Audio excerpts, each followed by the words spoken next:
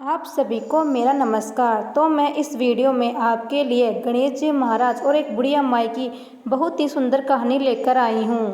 तो प्रेम से बोलिए गणेश जी महाराज की जय हो। तो दोस्तों, एक समय की बात है, एक गांव में एक बुढ़िया माई रहती थी। वह बुढ़िया माई गणेश जी महाराज की बहुत बड़ी भक्त थी। उनकी पूजा पाठ नियम से किया करती थी। सावन का महीना आया तो उसने विचार किया कि वह भी पुष्कर नहाने के लिए जाए। ऐसा विचार कर वह अपने पड़ोसन के घर गई और उससे बोली, बहन मैं पुष्कर नहाने जा रही हूँ, तू क्या मेरे गणेश जी को रख लेगी। तब पड़ोसन बोली, मुझे तो कुछ आता ही नहीं, सेवा पूजा पाठ कैसे करूँगी। तब बुढ़िया माई बोली, सवेरे सवेरे इनको उठाना, गंगा जी से पानी भर के लाना, बगीचे से फूल लाना, भगवान को कच्चे दूध और जल से नहलाना, चंदन लगाकर फूल चढ़ाना, दूध का भोग लगाना, दोपहर में जो रसोई बनाओ उसका भोग लगाना, शाम को दिया लगाना। ऐसी पूजा पाठ मेरी गणेश जी महाराज की करना। तब पड़ोसन ने हाँ भर ली।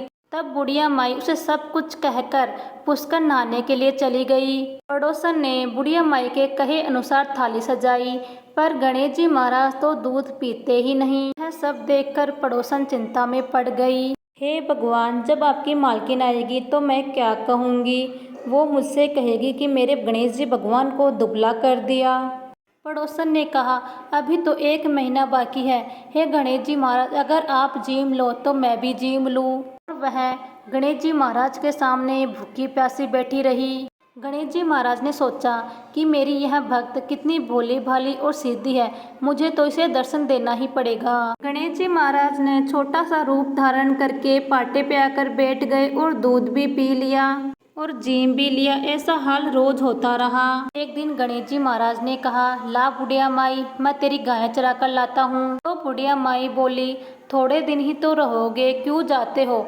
पर गणेश जी महाराज नहीं माने। हाथ में सोने की लाठी और गले पर हीरे मोतियों के हार पहनकर गायों को चराने चले गए। महीना बीत गया। बुढ़िया माई वापस अपने घर आ गई। स्नान ध्यान से निवृत्त होकर वह सोची कि मैं अपने गणेश जी महाराज को ले आऊं। बुढ़िया माई पड़ोसन के घर गई।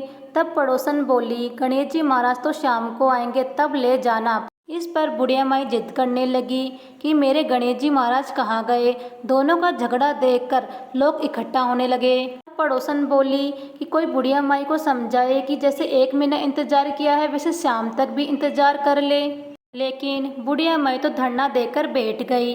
शाम हुई तो गणेश जी महाराज आए और गायों को उनकी जगह छोड़कर मंदिर में जाकर विराजमान हो गए। पड़ोसन बुढ़िया माई से बोली, ले जाओ अपने गणेश जी महाराज को। और गणेश जी महाराज से बोली, भगवान, बुढ़िया माई को भी अपना असली रूप दिखा दो, नहीं तो यह मेरे प्रति अविश्वास करेगी। भगवान ने बुढ़िया माई को भी अपने असली रूप में दर्शन दिए।